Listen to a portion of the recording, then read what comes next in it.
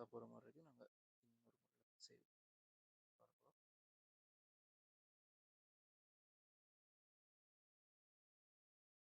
டேஷ்ன்ற வட்டமும் X அச்சை தொடும் ஒரு வட்டம் இதுதானே. டேஷ்ன்ற வட்டமும் எக்ஸ் அச்சை தொடும் வட்டம்ன்றதுனால நாங்கள் மேலே சொன்ன தியரி வரைக்கும் யூஸ் பண்ணிக்கிறோம். இதனால் ஒரு புது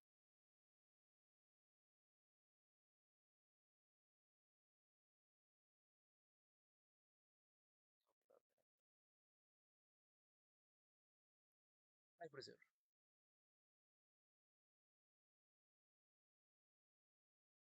கண்டுபிடிக்க போற வட்டம் எக்ஸ் அச்சை தொடும் ஒரு வட்டம்ன்றதுனால, அதுவும் ஏன்ற புள்ளியில தொடுறதுனால கட்டாயம் இவர எக்ஸால் கூறு 3ஆக இருந்திருக்கணுமா இல்லையா. அதே நேரம் இவரோட ஆரை நான் ஆர்ன்னு எடுத்தால் எக்ஸ் அச்சை தொடுறதுனால இவர் வையால் கூறு வந்து ஆரைக்கு சமனாக இருந்தது. இப்போ இங்க எடுக்கிற ஆரின் பெருமானம் ஒரு மறை பெருமானமாக இருக்கு.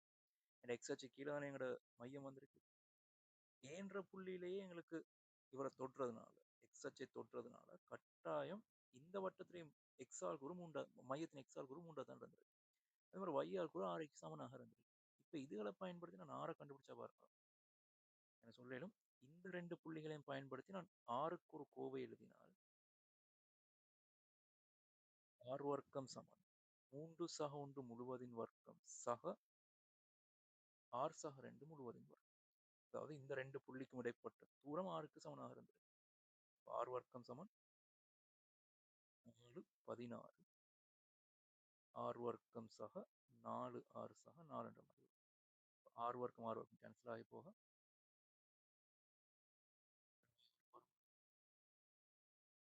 ஆர் சமன் -5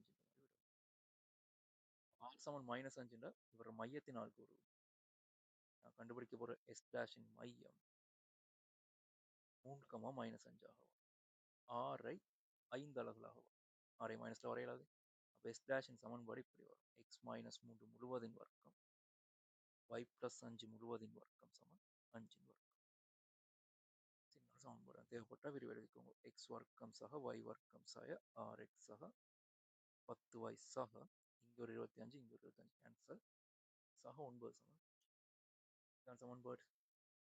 சின்ன ஒரு கேள்வி தான், பெரிய ஒரு சிக்கலான கேள்வி ஒன்றில் ஐடியாவை சரியா பிடிச்சுக்கொண்டா சரி. ரைட், அடுத்தது 10வது கேள்வி. ட்ரிக்னோமெட்ரி இன்னொரு கேள்வி தான். பை/2க்கும் பைக்கும் இடையில தீட்டா வர நேரம் இணை தீர்க்க. அப்ப இந்த சமன்பாட்டை தீர்க்கணுமாக இருந்தால் போமாசி எடுத்து தான் தீர்க்க போறோம். முதல் தீர்வு கேள்வி ஒன்று பாருங்க. இப்படி வரப்போகுது. cos தீட்டாவின் கீழ் சைன் வர்க்கம் சமன் 2 sin theta plus cos theta கீழே cos வர்க்கம் தீட்டா sin வர்க்கம். ரைட். ரெண்டு பக்கம் நான் sin வர்க்கம் தீட்டா cos வர்க்கம் தீட்டாவோட பெருக்கினால் பாருங்க, இங்க ஒரு cos வர்க்கம் தீட்டா sin வர்க்கம் தீட்டா, இவர் இங்க பெருக்கப்படுவார், இவர் இங்க பெருக்கப்படுவார். கீழே sin வர்க்கம் cos வர்க்கம். அப்ப sin தீட்டாவும் cos தீட்டாவும் ரெண்டுமே பூஜ்ஜியத்துக்கு சமன் இல்லை. என்ன காரணம்னா தீட்டாவோட பெருமானம் வச்சு 2ஆம் கால்வட்டம் π/2க்கும் சமன் இல்லை, பைக்கும் சமன் இல்லை. அப்ப sin தீட்டாவோட பெருமானம் கட்டாயம் sin தீட்டா cos தீட்டா ரெண்டுமே பூஜ்ஜியமாக. இந்த இடத்துல சமன் வந்திருந்தா இவர் பூஜ்ஜியமாக மாதிரி எடுக்கலாம். அப்ப இவர் பூஜ்ஜியம் இல்லைன்னு ஷூரா தெரியுன்றதுனால ரெண்டு பக்கம் sin வர்க்கம் cos வர்க்கத்தால பெருக்கி கீழ் உள்ளவரை வெட்டி விட்டுலாம். இங்கால பக்கம் மிஞ்ச போறது sin கணம் தீட்டா cos கணம் தீட்டா சமன் 2 sin theta plus cos theta. இவரை காரணிப்படுத்தினால் sin theta plus cos theta sin வர்க்கம் தீட்டா சய sin theta cos theta cos வர்க்கம் theta 2 sin theta plus cos theta. இப்ப ரெண்டு பக்கம் sin theta plus cos theta வெட்டிடக்கூடாது. சமன்பாடு இருக்கிற நேரம் உதாரணத்துக்கு எக்ஸ் வர்க்கம் சமன் எக்ஸா இருந்தால் ரெண்டு பக்கம் எக்ஸை வெட்டி விட்டு எக்ஸ் சமன் 1 கொடுத்தா தீர்வு பிழை. எக்ஸ் வர்க்கம் சய எக்ஸ் சமன் 0, எக்ஸை பொது எடுத்தால் எக்ஸ் ஆய 1. எக்ஸ் சமன் 0 ஒரு தீர்வு, எக்ஸ் சமன் 1 ஒரு தீர்வு. ஒரு நாளும் சமன்பாடு ரெண்டு பக்கம் வெட்ட போக கூட இவர் 0 இல்லைன்னு ஷூரா தெரியாத வரைக்கும். எக்ஸ் சமன் 0 மீன் சமன்பாடு ஒரு தீர்வு தானே. அப்ப 0 இல்லைன்னு ஷூரா தெரியுமா இருந்தா வெட்டலாம்.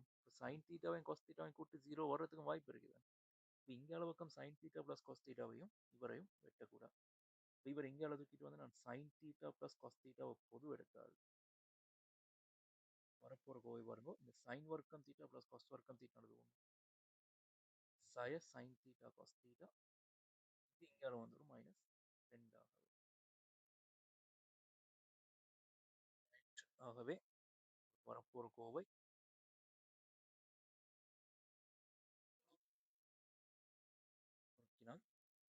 Sign theta plus cos theta தர 2 அப்புறம் மைனஸ் அளவு இறக்கி விட்டோம். இப்படி வரும் sine theta cos theta plus 1 சமன் 0 வரும். அப்போ sine theta plus cos theta சமன் 0 வரலாம். அதாவது சைன் தீட்டா சமன் மைனஸ் காஸ் தீட்டான்னு வரலாம். காஸ் தீட்டாவில் பிரிச்சு விட்டா டேன் தீட்டா சமன் மைனஸ் 1 வரலாம். தரப்பட்ட வீச்சுக்குள்ள தீட்டா பெறக்கூடிய பெருமானம் டேன் தீட்டா சமன் மைனஸ் 1 வரணுமா இருந்தால் தீட்டானது 2ஆம் கால வட்ட கோணம் தானே. டேன் தீட்டா சமன் மைனஸ் 1 வரக்கூடிய மாதிரி எங்களுக்கு பை மைனஸ் பை பை 4 இருக்கு. 3 பை பை 4 வரும். அதே மாதிரி அல்லது sine theta plus cos sine theta into cos theta சமன் மைனஸ் 1 வரணுமா இருந்தால் இவரை தீர்க்கிறதுக்காக ரெண்டு பக்கம் 2 அளவு இருக்கும். சைன் 2 தீட்டா சமன் மைனஸ் 2 சைன் 2 தீட்டாட பெருமானம் மைனஸ் 2க்கு போகல. அப்படிதானே. சைன் தீட்டா வரைக்கலாம் சைன் 2 தீட்டா வரைக்கலாம் எல்லாமே ஒன்றுக்கும் சாய ஒன்றுக்கும் இல்லை மட்டும் வரும். சாய 2 விட பொருத்தம் இல்லை. அப்ப இங்க தீட்டா பெறக்கூடிய ஒரே ஒரு பெருமானம் 3 பை பை 4 ரெண்டையும் கொடுத்து அதாவது ஒரே ஒரு ஆன்சர் தான் வரும். வீச்சு தராட்டி பிரச்சனை இல்லை. நீங்க பொது தீர்வு எழுதிட்டு விட்டுருக்கலாம். ஆனா வீச்சு தந்திருந்தால் கட்டாயம் நீங்க என்னென்ன கோணம் வரும்னு கண்டுபிடிச்சு கொடுக்கலாம். பெருசா ஒண்ணும் இல்லை. சின்ன விஷயம் ஒன்றுதான். தொகையீட்டின் பிரயோகம் ஸ்ட்ரக்சருக்கு ஒரு கேள்வி வரும், எஸ்ஐக்கு ஒரு கேள்வி வரும். தெரியும் தானே. ஸ்ட்ரக்சருக்கு வர கேள்வி எப்படியுமே சின்ன ஒரு ஐடியால தான் வரும். பெரிய அளவு பகுதி பின்னம் பிரதியீடு அப்படிலாம் போகாம சாதாரண செய்யக்கூடிய ஒரு கேள்வியாக தான் வந்திருக்கும் பெரும்பாலும். அதோட கிராஃப் தருவாங்க, தேவைப்படுமா இருந்தால் தருவாங்க. சில நேரம் தந்தால் தேவைப்பட மாட்டுச்சு. கிராஃப் தெரியாட்டி நீங்க கிராஃபை பத்தி யோசிக்க வேண்டிய அவசியமே இல்லை. y சமன் 1 over sin x plus cos x graph எப்படி வரும்ன்ற ஐடியா உங்களுக்கு இல்லாட்டி கூட கணக்கு செய்யலாம், தொகையீட்டு கேள்வியே செய்யலாம், எந்த பிரச்சனையும் இல்லை. இப்போ கிராஃப் இருந்தால் தான் உங்களுக்கு கொஞ்சம் கெஸ் பண்ண ஏழுமா இருக்குது, இல்லாட்டி யோசிக்க கஷ்டமா இருக்குதுன்னா சும்மா பர்மட்ட ஒரு கிராஃப் ஒன்று வரைஞ்சிப்போம். உதாரணத்துக்கு இந்த மாதிரி ஒரு y அச்சு இது, எக்ஸ் அச்சு இதுவா இருந்தால் ஏதோ ஒரு கிராஃப் ஒன்று வரைஞ்சிப்போம்.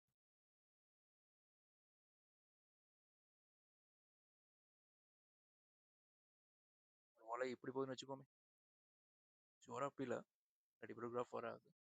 அப்படி ஒரு கிராஃப் ஒன்று வச்சுக்கோம். இதான கூட y சமன் 1 over sin x plus cos x graph. சும்மா ஒரு கிராஃப் ஒன்று வரைஞ்சி வச்சுக்கிறோம். இப்போ அவங்க கேட்கறது இந்த வலை y சமன் 0ன்றது x அச்சு, x சமன் 0ன்றது y அச்சு, அடுத்து x சமன் பை பை 4. அப்போ x சமன் பை பை 4ன்றது இங்கே மாதிரி வந்துடும்.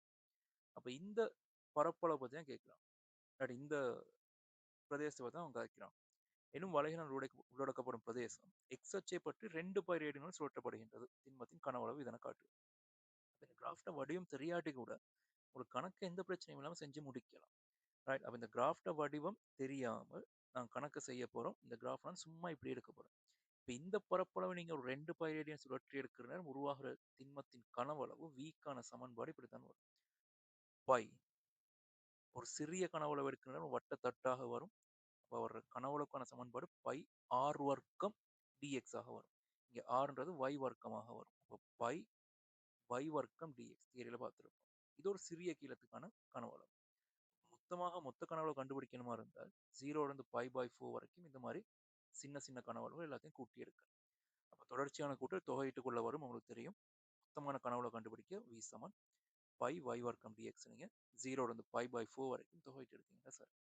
அப்போ பை ஒரு மாறிலி வெளியே எடுத்துருவோம். y வர்க்கம்ன்றது 1 கீழ் sin x plus cos x முழுவதின் வர்க்கம் சார் ஒரு dx. 0ல இருந்து பை பை 4 வரைக்கும் தொகையிடப்படும்.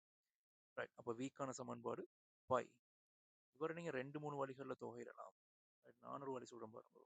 இவர் a cos x plus b sin x ஃபார்மேட்ல தான் இருக்கிறார்.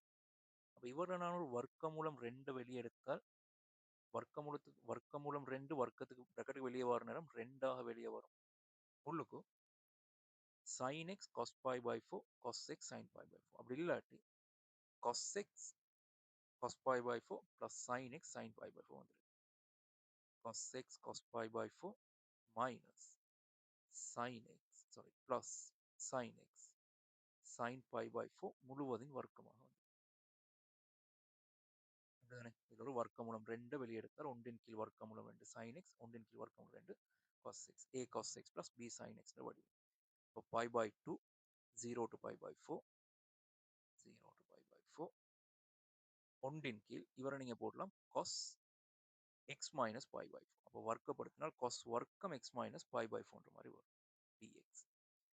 அப்போ இவரை நீங்க எழுதலாம்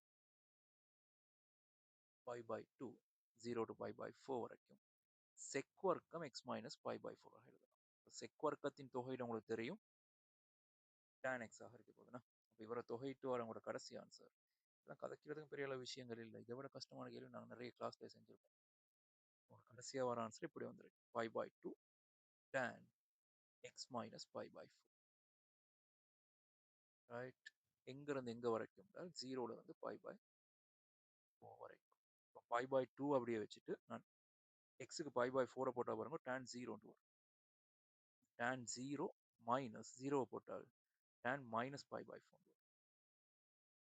tan minus π/4 -1, அந்த -1 இந்த மைனஸோட பெருக்கப்பட்டு ஒரு +1 வரும். ஆகவே மொத்த கனவளவு π/2 ஆகும். இது ஒரு முறை. இல்லாட்டி வேற எப்படி தொகையிட்டு இருக்கலாம் பாருங்க. இன்னொரு முறையும் ட்ரை பண்ணி பார்ப்போம். இப்போ எனக்கு வந்த கோவை தானே 1 கீழ் sin x plus cos x முழுவதின் வர்க்கம் தானே. இப்போ இவர விரிவு எழுதினா நான் ஃபுல்லா தொகையிடல, உங்களுக்கு ஐடியா மட்டும் தான் சொல்ல போறேன். பை 1 கீழ் 1 minus sorry 1 plus sin 2x மாதிரி வரும். அப்படிதானே. இவர விரிவு எழுதினா sin வர்க்கம் x plus cos வர்க்கம் x சக 2 sin x cos x வரும். அது sin 2x ஆக வரும். இவருக்கு நீங்க ஒரு பிரதியீட்டை பயன்படுத்துறதாக என்ன பிரதி பயன்படுத்திருக்கலாம். ஒரு நம்பருக்கு கீழே ஒரு திரிகோண கணிதம். ஆகவே t சமன் tan இங்கே உள்ள கோணத்தின் அரைவாசி. இந்த மாதிரி ஃபார்மேட்ல வரும். dx இன் கீழ் a cos x plus b sin x plus cன்ற மாதிரி ஃபார்மேட்.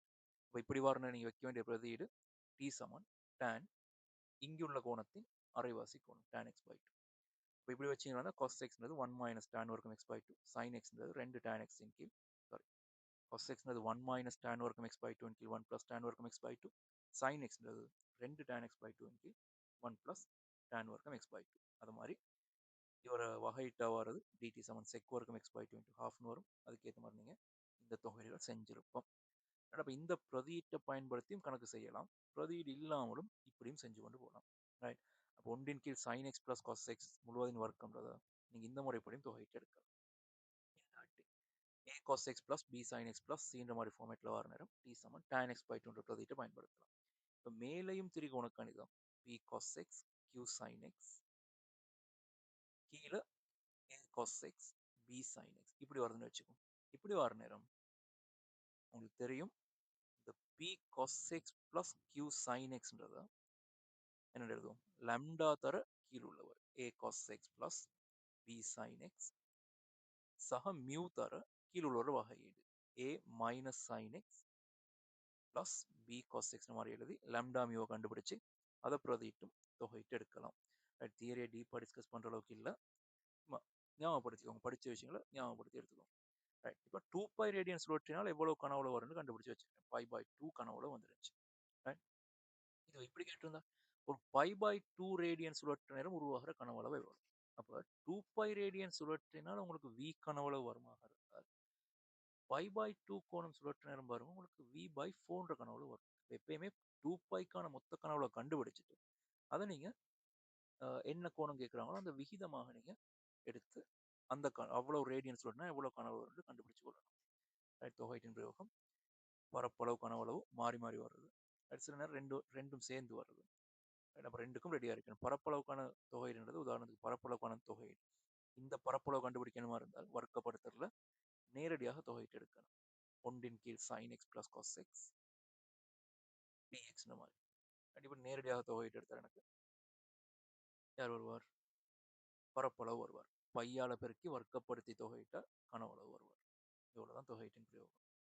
-1க்கும் 1க்கும் இடையில் t காணப்பட்ட நேரம் சமன் t e sin inverse t y சமன் e cos inverse t பரமானமாக தரப்படுகிறது. இப்போ பரமானம் உங்களுக்கு தெரியும் எக்ஸுக்கும் வைக்குமான நேரடி தொடர்பு தரப்படாமல் எக்ஸ்ன்றது டீன்ற ஒரு பரமானத்திலையும் ஒய்ன்றது டீன்ற ஒரு பரமானத்தையும் தொடர்படுத்தப்பட்டிருக்கு.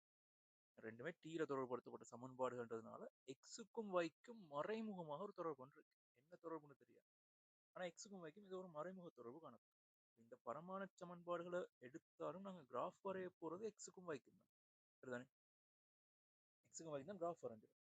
இந்த புள்ளிகள் எப்படி எடுப்போம்னா டீக்கு ஒவ்வொரு பெருமானம் போட்டு டீக்கு 0 போட்டு எக்ஸ் ஆல் கூட எவ்வளோ ஒய் ஆல் கூட எவ்வளோ, டீக்கு ஒன்றை போட்டு எக்ஸ் ஆல் கூட எவ்வளோ ஒய் ஆல் கூட எவ்வளோ, அந்த மாதிரி -1 மைனஸ் ஒன்றுக்கும் ஒன்றுக்கும் இருக்கிற இந்த கணக்குல டீக்கு பெருமானம் போட்டோம். அப்போ பின்ன பெருமானங்கள் டி சமன் ஹாஃப் போடலாம், மைனஸ் ஹாஃப் போடலாம், வர்க்கமூல பெருமானங்கள் போடலாம், ஏதோ ஒன்று. டீக்கு நீங்க ஒவ்வொரு பெருமானம் பிரதியிட எக்ஸ் ஆல் கூறு ஒய் ஆல் கூறு கிடைக்கும். அந்த புள்ளிகளை மார்க் பண்ணி எல்லாம் இணைச்சு விட்டால் எனக்கு இந்த வளைய கிடைக்கும். அப்ப இந்த எக்ஸுக்கும் ஒய்க்குமான நேரடி தொடர்பு தரப்படாட்டியும் வளமையா தர மாதிரி எக்ஸ் வர்க்கம் சக 3x ஆய ஒன்று இப்படி நேரடி தொடர்பு தரப்படாமல் எக்ஸுக்கும் ஒய்க்குமான மறைமுக தொடர்பு தான் டி மூலம் தொடர்புபடுத்தப்பட்டு தரப்பட்டிருக்கு. ஆனா நாங்கள் கிராஃப் வரைகிறது எக்ஸுக்கும் ஒய்க்கும் தான் கிராஃப் வரைஞ்சிருக்கோம். அப்ப எக்ஸுக்கும் ஒய்க்கும் கிராஃப் வரைஞ்சிருந்தால் எக்ஸ் எதிர் ஒய்க்கான கிராஃப் வரைஞ்சிருந்தால் இந்த கிராஃப்டையும் படித்திரண்டு சொல்லப்படுறது டிஒய் பை எக்ஸ் தான். எக்ஸுக்கும் ஒய்க்கும் நேரடி தொடர்பு இல்லாட்டியும் கிராஃப் வரைஞ்ச பிறகு படித்திறன்னு சொல்லப்படுறது தொடர்புபடுத்துறன்னு சொல்லப்படுறது டிஒய் பை எக்ஸ். அப்ப பரமானமா தரப்படுகிறது. பரமாண சமன்பாடு என்னன்னு பார்த்துட்டோம். பரமாணத்தை வச்சு நாங்கள் எப்படி கிராஃப் வரையணும்னு பார்த்துட்டோம். அந்த கிராஃப்ட தொடர்புபடுத்துறன்னு தான் டிஒய் பை டிஎக்ஸ் இருக்குன்றதையும் பார்த்துட்டோம். அப்ப டிஒய் பை டிஎக்ஸ் கண்டுபிடிக்கணுமா இருந்தால் எக்ஸுக்கும் டிக்கும் தொடர்பு இருக்குது, ஒய்க்கும் டிக்கும் தொடர்பு இருக்குது. இப்போ நேரடியாக டிஒய் பை டிஎக்ஸ் கண்டுபிடிக்க இயலா, ஆனால் செயின் ரூலை பயன்படுத்தலாம். இப்போ செயின் ரூலை பயன்படுத்தின பாருங்க எக்ஸ் சமன் T into E to the power sine inverse T என்று தரப்பட்டிருக்கு. ஆகவே dx by dt கண்டுபிடிக்கலாம். அது மாதிரி dy by dt கண்டுபிடிக்கலாம். dx by dt என்றது பாருங்க u into v என்ற ஃபார்மேட். அப்போ t வச்சுக்கணும் நான் இவரை வகையிட்டால் ஃபர்ஸ்ட் i வகையிடணும். e வகையிட்டால் e to the power sin inverse t அதே தான் வரும். அடுத்து sin inverse t வகையிடணும். sin inverse t வகையிட்டால் 1 கீழ் 1 minus t வர்க்கத்தில் வர்க்கம். t வச்சுக்கொண்டு இவரை வகையிட்டாச்சு. Plus e to the power sin inverse t வச்சுக்கொண்டு t t குறிச்சு வகையிட்டால் 1 வரும். அதே மாதிரி y Saman e to the power cos inverse t என்று சொல்லப்பட்டிருக்கு. y Saman e to the power cos inverse t ஆக இருந்தால் இதையும் நாங்கள் dy by dt கண்டுபிடிக்கலாம். இப்போ dy by dt என்று பாருங்க first e வகையிடணும். e to the power cos inverse t அப்படியே வரும். cos inverse t வகையிட்டால் -1 over 1 minus t வர்க்கத்தின் வர்க்கமூலம் வரும். இப்போ dy by dxன்றது சொல்லும் dy by dt கீழ் dx by dt. இப்போ dy by dtன்றது minus e to the power cos inverse t இன் கீழ் 1 மைனஸ் டி வர்க்கத்தின் வர்க்கமூலம் கீழே கீழே ஒரு இந்த டிஒய் பை டிஎக்ஸ் நீங்கள் ஒரு சமன்பாடு எழுதி காட்டியிருந்தால் நல்லா. டிஒய் பை டிஎக்ஸ் சமன் டிஒய் பை டிடி தர டிடி பை டிஎக்ஸ் மாதிரி எனக்கு காட்டுன்னு நான் சொல்லியிருக்கேன். அப்புறம் ஸ்டெப்பை காட்டுறது மிச்சம் நல்லா. அப்போ இவர் டிஒய் பை டிடி கீழே டிஎக்ஸ் பை டிடின்றது சொல்றேன் T into E to power sine inverse T கீழே 1 மைனஸ் டி வர்க்கம் வர்க்கமூலம் சக ஒரு E to power sine inverse T. மேலங்கில நான் ஒரு 1 மைனஸ் இ வர்க்கத்தில் வர்க்கமூலத்தால் பெருக்கி விட்டா உங்களுக்கு டிஒய் பை டிஎக்ஸ் கடைசியாக வந்து நிற்க போகுது minus E to the power cos inverse T கீழே என்னது வரும் சொல்றேன் T into E to the power sine inverse T right 1 minus T வர்க்கத்தில் வர்க்கமூலம் கேன்சல் சக 1 மைனஸ் டி வர்க்கத்தின் வர்க்கமூலம் தர E to the power sine inverse T. சரி வலை சீர்க்கு டி சமன் ஒன்றின் கீழ் வர்க்கமூலம் 2 நேரொத்த புள்ளியில் வரையப்பட்ட செவ்வன் ரைட் ஏ கமா பி என புள்ளியினுள் செல்லும் எனில் பி சமன் இதென காட்டுக. டி சமன் ஒன்றின் கீழ் வர்க்கமூலம் 2 ஒத்த புள்ளியில் வரையப்பட்ட செவ்வன். அப்போ ஒரு நேர்கோட்டின் சமன்பாடு கண்டுபிடிக்கிறோம்னா இந்த கணக்குல உங்களுக்கு தெரியும் படித்திறனும் ஒரு புள்ளியும் தேவை. இப்போ டி சமன் ஒன்றின் கீழ் வர்க்கமூலம் 2 ஆகிற நேரம் பாருங்க உங்களுக்கு ஒரு எக்ஸால் கூறு கிடைக்கும். உங்களுக்கு கிடைக்கிற எக்ஸால் கூறு ஒன்றின் கீழ் வர்க்கமூலம் 2 E to the power sine inverse ஒன்றின் கீழ் வர்க்கமூலம் 2. இப்போ சைன் இன்வர்ஸ் ஒன்றின் கீழ் வர்க்கமூலம் 2 உங்களுக்கு தெரியும் பை பை 4. எக்ஸ் சமன் ஒன்றின் கீழ் வர்க்கமூலம் 2 E to the power pi pi 4ன்றது டி சமன் ஒன்றின் கீழ் வர்க்கமூலம் 2 ஆகிற நேரம் கிடைக்கிற எக்ஸால் கூறாக இருக்கு. அது மாதிரி y ஆல் கூறும் தெரியுமா? இந்த புள்ளி தெரியும். இப்போ y ஆல் கூட கண்டுபிடிக்க அதே பெருமானத்தை நான் இங்க பிரதியிடுறேன். e to the power cos inverse 1 கீழ் வர்க்கமூலம் 2. இதுவும் e to the power pi by 4 ஆக வரும். கவனமா யோசிங்க. ஒரு நல்ல விஷயம் சொல்றேன். அதே மாதிரி dy by dx கண்டுபிடிச்சு வச்சுக்கோமே. இப்போ dy by dx சொல்லப்படுறது நேரடியாக பிரதியிடுறேன். Minus e to the power pi by 4 இன் கீழ் 1 over root 2 e to the power pi by 4 சக 1 minus 1 கீழ் 2. அப்போ வர்க்கமூலம் 1 கீழ் வர்க்கமூலம் 2 வரும். e to the power pi by 4. இப்போ மேலே ஒரு e to the power pi by 4 வெட்டி விட்டுறலாம். இப்போ e to the power pi by 4 நான் வெட்டி விட்டா உங்களுக்கு வார கடைசி சமன்பாடு இப்படி வரும். dy by dxக்கான கோவை இப்படி வரும். மைனஸ் 1 ரூட் 2 மேலே வந்துடும். இப்போ மைனஸ் ரூட் 2வின் கீழ் 1 plus 1 2ன்ற மாதிரி வரும். இப்போ மைனஸ் 1 ஓவர் ரூட் 2ன்ற மாதிரி வரும் dy by dx. இப்போ dy by dx உங்களுக்கு தெரியும் எந்த ஒரு புள்ளிலையும் வரையப்படுற தொடலிப்படுத்திறனை தரும். அப்ப செவ்வனை பத்தி தான் கதைக்கிறாங்களா இருந்தால் ஆகவே செவ்வன் படுத்திறன் உங்களுக்கு சொல்லிடும். தொடலிப்படுத்திறன் சாய 1 கீழ் வர்க்கமூலம் 2 இருந்தால் செவ்வன் படுத்திறன் வர்க்கமூலம் 2 வரும். அதாவது சொன்ன மாதிரி ஆரம்பத்திலே சொன்ன மாதிரி அலை இப்படி காணப்படப்போகுது. வடிவத்தில் வந்திருக்க போகுது. அப்ப டி சமன் 1 கீழ் வர்க்கமூலம் 2 நேரம் இந்த எக்ஸால் கூறின் பெருமானம் தான் நாங்க கண்டுபிடிச்ச எக்ஸால். இந்த வையால் கூறின் பெருமானம் தான் நாங்க டி 1 கீழ் வர்க்கமூலம் 2 பிரதியிட்டு வந்த வையால் கூறு. இந்த புள்ளியில நான் வரையப்படுற தொடலி டி சமன் 1 கீழ் வர்க்கமூலம் 2ன்ற புள்ளியில வரையப்படுற தொடலி அந்த தொடலிட படித்திறன் தான் சாய 1 கீழ் வர்க்கமூலம் 2. அப்ப இதே புள்ளியில வரையப்படுற செவ்வனின் சமன்பாடு செவ்வனின் படித்திறன் செங்குத்தான கோடு தானே வர்க்கமூலம் 2 இருந்திருக்கு. இந்த செவ்வன் ஏ கமா பின்ற புள்ளிக்கூடாக போகுமாக இருந்தால் பாருங்க செவ்வன் கோடு நான் இப்படி வரையறேன். இப்போ டி சமன் 1 கீழ் வர்க்கமூலம் 2 நேரம் நாங்க எக்ஸால் கூட கண்டுபிடிச்சோம் வையால் கூட கண்டுபிடிச்சோம். இந்த 2 புள்ளிகள் எனக்கு தெரியும். இப்போ இந்த செவ்வன் கோடு ஏ கமா பின்ற புள்ளிகள் கூடாக போகுமா இருந்தால் எனக்கு இந்த கோட்டின் படித்திறன் தெரியும் தானே வர்க்கமூலம் 2. அப்ப இந்த 2 புள்ளியையும் பயன்படுத்தி நான் படித்திறனுக்கான கோவை எழுதினால் அது வர்க்கமூலம் 2க்கு சமனாக இருந்தது.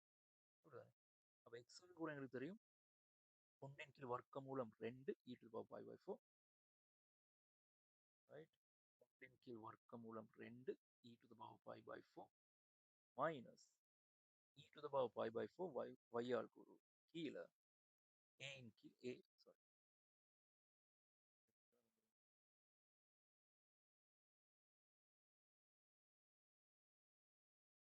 சாரி y ஆல் கூறு மைனஸ் b பிடிச்ச y ஆல் கூறு e to the power pi by 4 to the power pi by 4 minus b கீழே 1 over root 2 தர e to the power pi by 4 minus ஏன்னு சொல்லப்படுறது வர்க்கமூலம் 2க்கு சமனாக இருந்தது. அப்ப என்ன நடக்குது? அப்ப இவருக்கு நீங்க போமாசி எடுத்தா பாருங்க கீழே ஒரு வர்க்கமூலம் 2 வரும் மேல பெருக்கப்பட்டு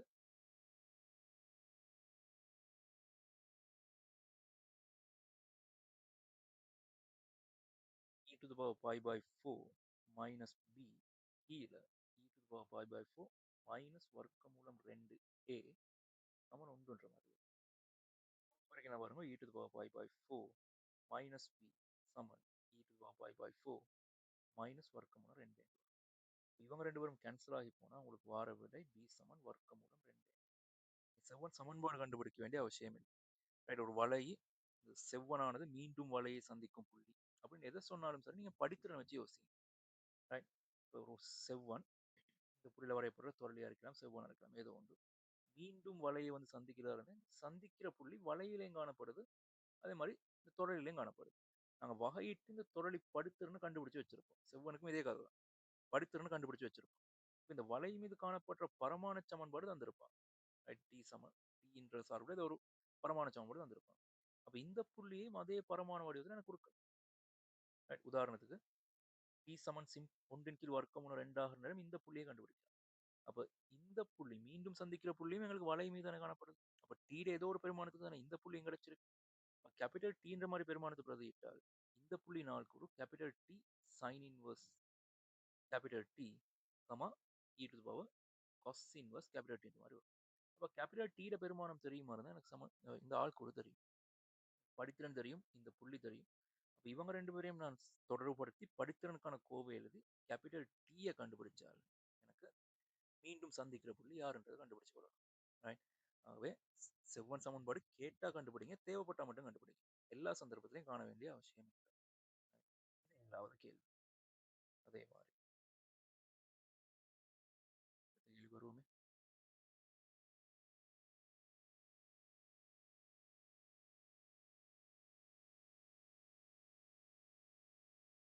அருகிலுள்ள உருவில் காட்டப்பட்டுள்ள முக்கோணம் ஏபிசியில் A நாள் தரப்பட்டிருக்கிறது, பியும் தரப்பட்டிருக்கிறது, C X naught gamma Y naught ஆகும். அத்துடன் ஏசியின் சமன்பாடு 2x மைனஸ் ஒய் பிளஸ் 4 சமன் 0 ஆகும். பிஏசி சமன் தீட்டாகவும் இருப்பேன். tan தீட்டா சமன் 1/3 என காட்டி ஏபி சமன் பிசி எனின் எக்ஸ் நோட் சமன் இதனும் காட்டுகிறார். இப்போ இங்கே தரப்பட்ட உருவத்தின்படி இது ஒரு கூர்ங்கோண முக்கோணியாக இருக்கிறது வாய்ப்பு இருக்குதுன்னா, அப்போ இந்த ஏபின்ற கோட்டுக்கும் ஏசின்ற கோட்டுக்கும் இடைப்பட்ட கோணம் தீட்டாவாக இருந்தால் ரெண்டு கோடுகளுக்கு இடைப்பட்ட கோணத்துக்கான சமன்பாடு உங்களுக்கு தெரியும். tan தீட்டா சமன் m1 மைனஸ் m2வின் கீழ், அதாவது கூர்ங்கோணத்துக்கான சமன்பாடு. இந்த ரெண்டு நேர்கோடுல இடைவெற்ற நேரம் ரெண்டு சோடி கோணங்கள் உருவாகும். ஏன்னா ஒன்று தீட்டாவா இருந்தால் இன்னொரு பை மைனஸ் தீட்டாவா இருக்கு.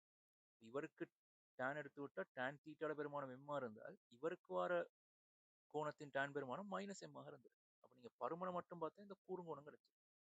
சரிதானே? அப்ப tan தீட்டாட நீங்க மட்டு போட்டு எடுக்கிற நேரம் m1 minus m2 1 plus m1 m2 மட்டு பெருமானம் ரெண்டு கோட்டுக்கும் இடைப்பட்ட கூர்ங்கோணத்தை தரும். இப்போ பிஎஸ்சின்றது ஒரு கூர்ங்கோணம் மாதிரி மார்க் பண்ணிருக்கிறனால படித்திறங்களை தொடர்புபடுத்தி நான் தீட்டாட பெருமானத்தை, அதாவது ரெண்டு கோட்டுக்கும் இடைப்பட்ட tan கோணத்தின் tan பெருமானத்தை இந்த சமன்பாட்டுக்கு அமைவாக எடுத்து tan தீட்டா சமன் 1/3 வருகிறது காட்டிக் கொள்ளலாம். ஆகவே ஏசியின் படித்திறன்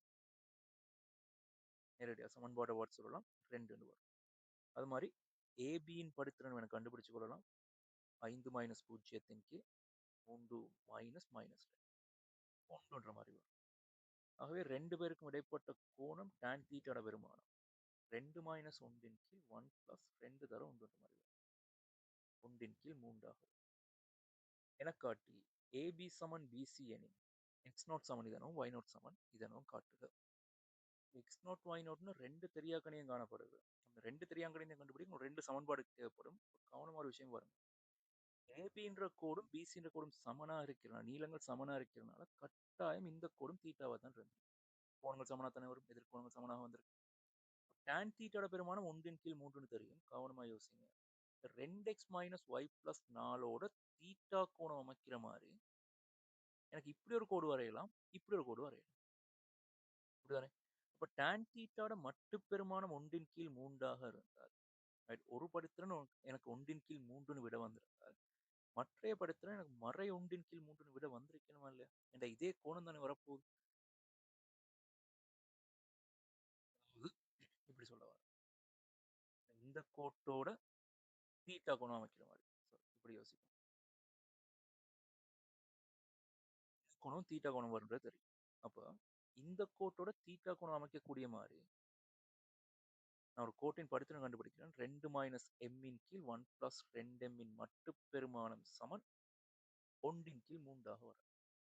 அப்படிதானே? அப்ப 2 மைனஸ் எம் சக 1 சக 2m பெருமானம் பிளஸோ மைனஸ் 1/3 வரும்.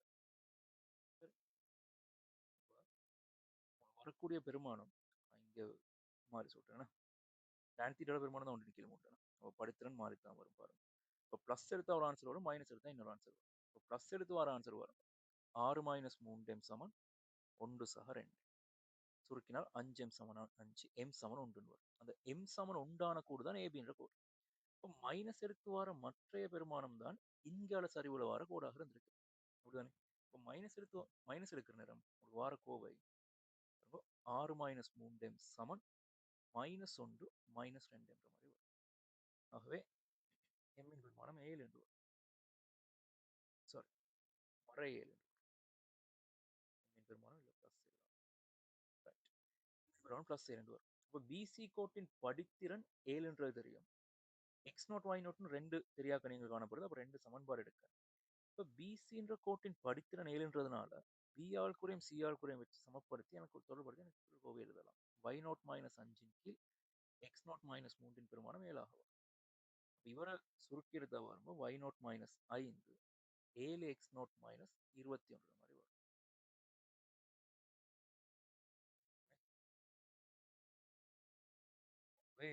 எப்படி வரும்? X naught minus y naught சமன் 24 மாதிரி வரும்.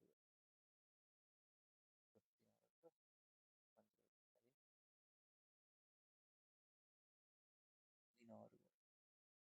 அதே மாதிரி ஏசின்ற புள்ளிகளை வச்சு நான் இன்னொரு தொடர்பு எடுத்தேன். எக்ஸ் நாட் ஒய் நாட் ரெண்டு தெரியாக்கணும், ரெண்டு சமன்பாடு எடுக்கிறேன். அதே நேரம் ஏசி கோட்டின் படுத்திறன் ரெண்டுன்றது தெரியும். அப்ப ஏசின்ற ரெண்டு புள்ளிகளை வச்சு நான் படுத்திறன் கோவை எழுதினால் ஒய் நாட் மைனஸ் ஜீரோவின் கீழ் எக்ஸ் நாட் பிளஸ் ரெண்டுன்றது ரெண்டுக்கு சமனாக வரும். அப்ப ரெண்டு எக்ஸ் நாட் பிளஸ் நாலுன்றது ஒய் நாட்டு சமனாக. இந்த பெருமானத்துக்கு நான் இங்கே போட்டா வரும் 7x0 சய 2x0 சய 4 சமன் 16 வரும். 5x0 சமன் 20 வரும். x0 பெருமானம் 4 வரும். x0 பெருமானம் 4 இருந்தால் y0 சமன் 12. கொஞ்சம் மாறி மாறி எழுதியிருக்கேன், கவனமா பார்த்து. ஏன்னா தெரியாக்கணையும் அதுக்கேற்ற மாதிரி எப்படி சமன்பாடு எடுக்கலாம், அதான் முக்கியம். இப்போ x0 y0 ரெண்டு தெரியாக்கணையும், அதுக்கேற்ற மாதிரி நான் எப்படி சமன்பாடு உருவாக்கணும் தான் யோசிக்கிறேன். அதோட ரெண்டு நீளங்களும் சமண்டு, அதாவது ஏபின்ற நீளமும் பிசி நீளமும் சமனாக இருந்தால் இவர் தீட்டா இருந்தால் இங்கே அளவுக்கும் ஒரு கோட்டோட தீட்டா கோணம் அமைக்கிற மாதிரி ரெண்டு பக்கங்கள் எனக்கு கோடுகள் வரையலாம். அப்ப இங்க அளவுக்கும் ஒரு தீட்டா வரும், இங்க அளவுக்கும் ஒரு தீட்டா வரும். மட்டும் இல்லாம எழுதுனா பிளஸோ மைனஸ் ரெண்டு விட வரும் தானே இங்க வந்த மாதிரி. அதுல பிளஸ் எடுத்தா ஒரு கோட்டின் படுத்திறன் வரும், மைனஸ் எடுத்தா இன்னொரு கோட்டின் படுத்திறன் வரும். இப்போ பிளஸ் எடுத்து வாரது பிளஸ் ஒன்றுன்றதுனால அது ஏபி கோட்டின் படுத்திறன். கண்டுபிடிக்க வேண்டியது பிசி கோட்டின் படுத்திறன். அப்போ மைனஸ் எடுத்து வாரது தான் இந்த கோட்டின் படுத்திறனாக இருந்தது. பிரச்சனை நினைக்கிறேன். அடுத்த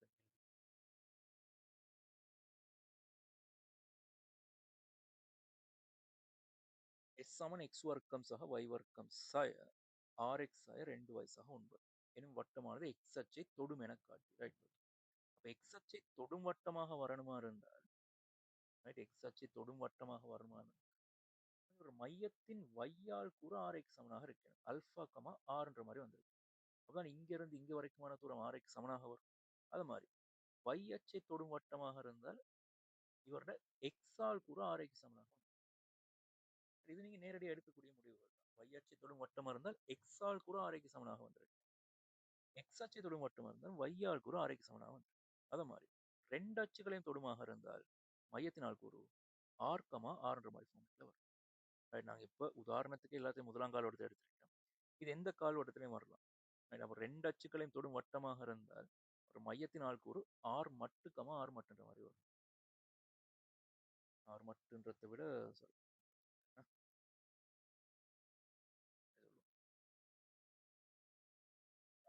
நாலு கால் வட்டங்களையும் தொட்டிருக்கலாம் தானே இந்த மாதிரி.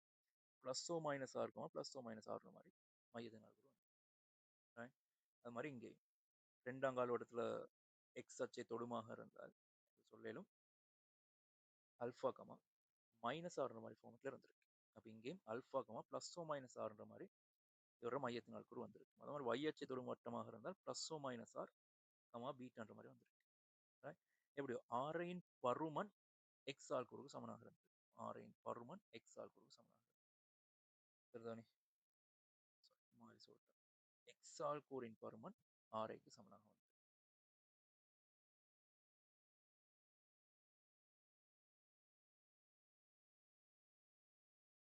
எக்ஸால் கூறின் பருமன் ஆரைக்கு சமனாக வந்தால் அது y அச்சை தொடும் வட்டமாக இப்படின்னு தொட்டலாம், இப்படி இதெல்லாம் பார்த்துக்கோங்க. அடுத்த கேள்விக்கு வரும். எக்ஸ் அச்சை தொடும் என காட்டி, அப்ப எக்ஸ் அச்சை தொடும் காட்டுற மாதிரி இருந்தால் ஒரு மையத்தின் வையாள், மையத்தின் வையாள் கூறு எஸ் இன் மையம்னு போட்டாலும் சரி, இல்லாட்டி எஸ் நீங்க ஒழுங்குபடுத்தி இப்படி எழுதினாலும் சரி. எக்ஸ் மைனஸ் 3 முழுவதின் வர்க்கம் y மைனஸ் 1 முழுவதின் வர்க்கம் நிறைவர்க்க பூர்த்தியாக்கள். இது ரெண்டையும் பார்த்தீங்கன்னா எக்ஸ் மைனஸ் 3 முழுவதும், இது ரெண்டையும் பார்த்தீங்கன்னா y மைனஸ் 1 முழுவதும் வரும். எக்ஸ்ட்ராவா சேர்க்கப்பட்டது ஒரு பிளஸ் 9, அதை கழிப்போம். இங்க ஒரு பிளஸ் 1, அதையும் கழிப்போம். சகாங்கால 9 வந்து எக்ஸாய 3 முழுவதின் வர்க்கம் வயசாய 2 முழுவதின் வர்க்கம் சமன் 9 9 கேன்சல் ஆகி போக 1 வரும். அப்ப எஸ்ஸின் சமன்பாடு இப்படி இருந்தால் பாருங்க, எஸ்ஸின் சமன்பாடு இப்படி வர நேரம் வயசாய 1. மையத்தின் y கூறு மையம் 3,1 வரும். Ri ஒரு அலகாக வரும். ஆகவே x அச்சை தொடும் அப்படின்னு சொல்லலாம். இல்லாட்டி நேரடியாக மையத்துக்கான சுணுக்கல் செய்யாமல் மையம் இப்படி வரைந்து எழுதிட்டு Riக்கான சமன்பாடு நீங்க போட்டு எடுக்கலாம். g வர்க்கம் சக f வர்க்கம் சய cன்ற மாதிரி கொண்டு வரும். இதை வச்சுக்கணும் நீங்க. இதை சொல்லிட்டு x அச்சை தொடும் சொன்னா போதும். தொடும்புள்ளி a கூரை காண்பு. தொடும்புள்ளி a கூறுனா இந்த வட்டத்தை நான் ஒரு பருமட்டா வரையணும். எப்படி வருதுன்னு பாருங்க.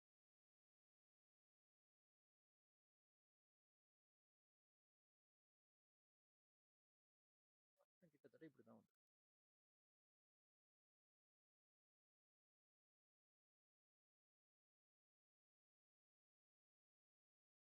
நிறைய விஷயம் நோட் பண்ணிட்டு இருக்கு. எக்ஸால் கூறு 3 வரணும். Ri 1 வரணும். அப்ப எக்ஸால் கூறு 3 வருமா இருந்து அது y அச்சை தொடவோ வெட்டவோ செய்யாது. இதுதான் வந்து அதே மாதிரி இது x அச்சை தொடும் வட்டம் இப்படித்தான் வந்து Ri ஒரு 4 அலகு மாதிரி வந்திருந்தா உதாரணத்துக்கு சொல்றேன். ஒரு மையம் 3,1 தானே. 3,1 Ri 1. அப்ப இங்க இருந்து இங்க வார நேரம் இந்த தொடலி புள்ளி 2 இருந்தது. அப்படிதானே. அப்ப y அச்சு கொஞ்சம் தள்ளி இங்க அளவு பக்கம் தான் இருந்திருக்கு. இதுவே Ri 4 அலகு மாதிரி வந்திருந்தால் மையம் இந்த மாதிரி வந்திருந்தால் y அச்சு வெற்ற மாதிரி வரைஞ்சிருக்கும். சரி. 4 கூரை காண்பு. x அச்சு தொடும் என காட்டி தொடுபுள்ளி a 4 கூரை காண்பு. அப்ப a 4 ஏன்றது x அச்சு தொடுற புள்ளியா. அப்ப a 4 கூறுன்ற நேரம் a இன் x ஆல் கூறு கட்டாயம் 3 வரும். y ஆல் கூறு 0 x அச்சு தொற்றுறது தானே. a எனும் புள்ளியில் s சமன் 0வை 0 எனும் வட்டத்தை வெளிப்புறமாக தொடுவதும் மறையொன்று மறை எனும் புள்ளின்னு சொல்லுவோம். வட்டம் S1 இன் சமன்பாட்டை காணும். இந்த ஏன்ற புள்ளியில வட்டத்தை தொடுமாறு வெளிப்புறமாக தொடுமாறு ஒரு வட்டம் காணப்படுதான் எப்படிங்கிறார். ஏன்ற புள்ளியில இந்த வட்டத்தை வெளிப்புறமாக தொடும். அதே நேரம் இவரும் -1, -2 புள்ளி கூட செல்றது. அப்ப 3 வட்டம் வரைக்கும் வந்திருப்பாருன்னா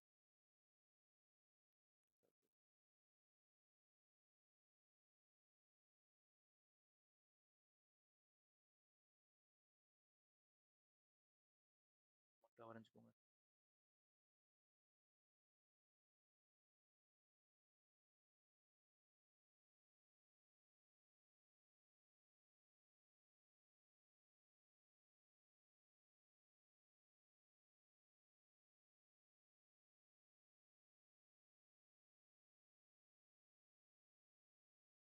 அவ்வளவு முக்கியம் இல்ல.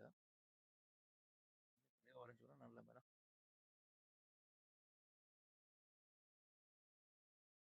ஏன்ற புள்ளி இங்க மாதிரி வந்துடும்.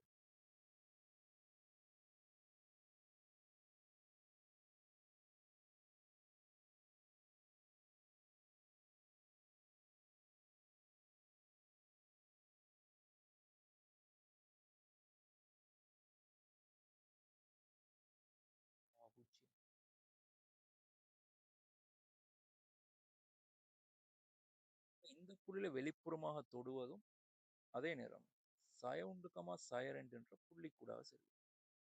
இந்த வட்டத்தின் சமன்பாடு தான் என்ன கேட்கலாம். வெளிப்புறமாக தொடுமா இருந்தால் ஆரைகள கூட்டுத்தொகை மையமினை கோட்ட நீளத்துக்கு சமனாக இருந்திருக்கு. அதான தியரி. வெளிப்புறமாக 2 வட்டங்கள் தொடுமாக இருந்தால் R1 பிளஸ் R2ன்றது C1 C2 சமனாக இருக்கு. அப்ப இந்த வட்டத்தின் சமன்பாடு எனக்கு தெரியாது. ஆனா சய1, கூட போகுதுன்றது தெரியும். அதே நேரம் ஆரைகளோட கூட்டுத்தொகை இந்த மையமினை கோட்டின் நீளத்துக்கு சமனாக வரும்ன்றது தெரியும். இப்ப இந்த வட்டத்தை கண்டுபிடிக்க ஒரு வட்டத்தை கண்டுபிடிக்கணும் உங்களுக்கு 3 தெரியா கணியம் வரும். யார் யாரு x வர்க்கம் சக ஒரு வட்டத்தின் சமன்பாடு x டேஷ்னு வச்சுக்கோமே. x வர்க்கம் சக y வர்க்கம் சக 2gx 2fy plus cன்றதான் ஒரு நியம சமன்பாடு. இப்ப gfcன்ற மாதிரி 3 தெரியா கணியங்கள் வரும். இந்த 3 தெரியா கணியங்களை கண்டுபிடிக்க கட்டாயம் ஏதோ 3 தரவுகள் தந்திருப்பான். அந்த 3 தரவுகள் தான் பாருங்க. இந்த வட்டத்தை வெளிப்புறமாக a யில் தொடுது. அப்ப இந்த வட்டத்தின் சமன்பாடை திருப்தி செய்யற ஒரு புள்ளி a ஒரு சமன்பாடு எடுக்கலாம். மற்றைய புள்ளி சாய 1, சாய 2. அதே நேரம் வெளிப்புறமாக தொடுது. அப்ப இந்த இவருட மையத்துக்கும் இவருட மையத்துக்கும் இடைப்பட்ட தூரம் ஆரைகளோட கூட்டுத்தொகைக்கு சமனாக இருந்திருக்கும். தரவுகளை பயன்படுத்தி எனக்கு GFC என்ற பெருமானங்களை கண்டுபிடிச்சு கொள்ளலாம். சமன்பாடு எடுப்போம். நான் S டேஷ்ன்ற வட்டத்தின் மீது A என்ற புள்ளியை பிரதியிட்டா பாருங்க 9, 0, 6G சக C சமன் 0 என்று மாற்றி 6G சக Cன்றது -9 முதலாவது சமம். அதே மாதிரி சாய 1, சாய 2 புள்ளி கூட போதுதானே, அந்த புள்ளியும் பிரதியிடும். ஆகவே S டேஷின் மீது நான் சாய 1, சாய 2 பிரதியிட வார சமன்பாடு 1, 4 சாய 2G சாய 4F சக C சமன் 0. சுருக்கி எடுக்க 2G சக 4F சாய C சமன் 5 என்று வரும் ரெண்டாவது சமம். அதே மாதிரி இந்த வட்டத்தின் ஆரை தெரியும், ஆறு எடுப்புமே இப்போதைக்கு ஆறுக்கான கோவை G வர்க்கம் சக F வர்க்கம் சாய C வர்க்கம். ஆகவே ஆரைகளோட கூட்டுத்தொகை R பிளஸ் 1ன்றது இந்த வட்டத்தின் மையம் -G, -F தான். ஆகவே இந்த வட்டத்தின் மையம் 3, 1. 3 பிளஸ் G முழுவதின் வர்க்கம். இந்த மாதிரி 1 பிளஸ் F முழுவதின் வர்க்கம் இவரோட வர்க்கம் முழுது சமம் R பிளஸ் 1. ரெண்டு பக்கம் வர்க்கப்படுத்தி எடுக்கலாம் வரும் R பிளஸ் 1 முழுவதின் வர்க்கம் சமம் 9 6G G வர்க்கம் 1 2F F வர்க்கம்.